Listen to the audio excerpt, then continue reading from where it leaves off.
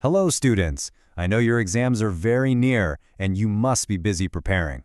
So, let's just take a small break and quickly go through a very important chapter from your economics syllabus, and that is development. We'll make sure all the key concepts are fresh in your mind. The idea here is simple. We'll cover everything important from this chapter. This will help you understand it all very clearly and, of course, help you score well in your exams. So are you ready? Let's begin. All right, so let's start with the most basic question. What exactly is development? We hear this word all the time. The country is developing. We need development. But what does it really mean? It's a lot more than just having more money. So if you look at the definition, development is basically a process of progress. It's about thinking, what are our hopes? What are our aspirations for a better life? And not just for ourselves, but how do we achieve goals like equality and, well-being for everyone in the society? Now this is where things get a little complicated and very interesting. You see, this idea of a better life is not the same for everyone. What is progress for one person might be a huge problem for someone else. In fact, sometimes development for one can even be destructive for another. Let's take a very common example. Think about an industrialist. For him, development might mean building a big dam. Why? Because it will generate a lot of electricity for his factories. That's progress for him. But what about a tribal person who lives in that area? For them, that same dam means losing their home, their land, their entire way of life.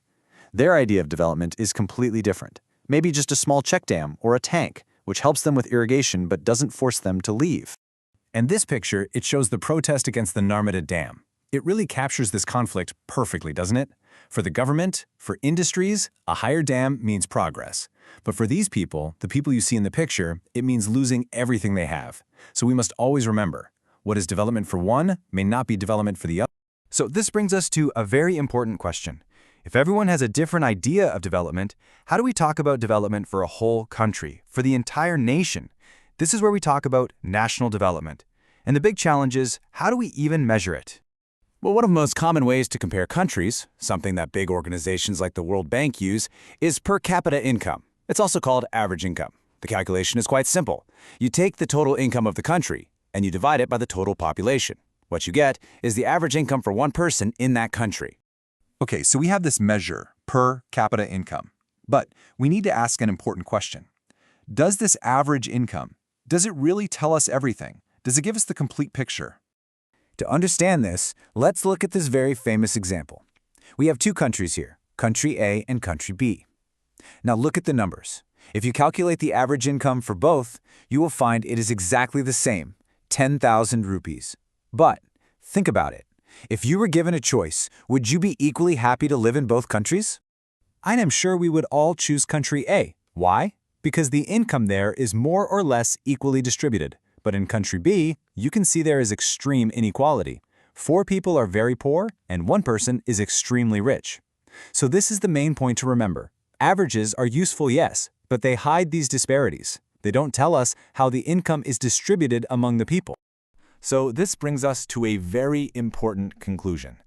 Income is not everything. There are other things that matter. We have to look beyond just money and think about the overall quality of life. Let's take a real-life example from India to understand this better. We will compare 3 states, Haryana, Kerala, and Bihar. Now, if you look at the per capita income, you can see that Haryana's income is the highest. It's quite a bit more than Kerala's. So if we only look at income, it seems like Haryana is the most developed state, right? But let's ask the question, is that really true? Now, let's look at some other important things, other indicators. Let's look at the infant mortality rate and the literacy rate. And suddenly, the picture changes completely. You see, Kerala, which had a lower income, is doing much better than Haryana in both health and education. And just to revise, what is infant mortality rate, or IMR? It is the number of children that die before the age of 1 year for every 1,000 babies born in that year. So, of course, a lower IMR is a very good thing. So why does this happen? How is Kerala, with less money, doing better in health and education?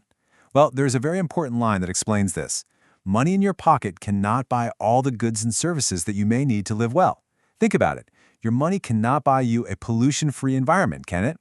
These things, good schools, good hospitals. These are called public facilities. And the reason Kerala does better is that it has better public facilities for health and education.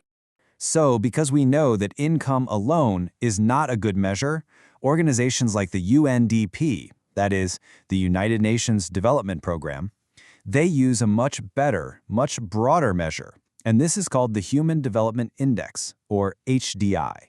Now, the HDI is based on three very important things. First is health, and that is measured by life expectancy. Second is education, measured by how many years people go to school. And third is standard of living, which is measured by income per person. So you see, by combining health, education, and income, HDI gives us a much more complete picture of development. All right, we're now at the final and maybe the most important topic of this chapter, and that is sustainability of development. It's not just about being developed today. The development should be such that it can be maintained for our future generations as well. To understand this, we need to think about our resources. We have two types.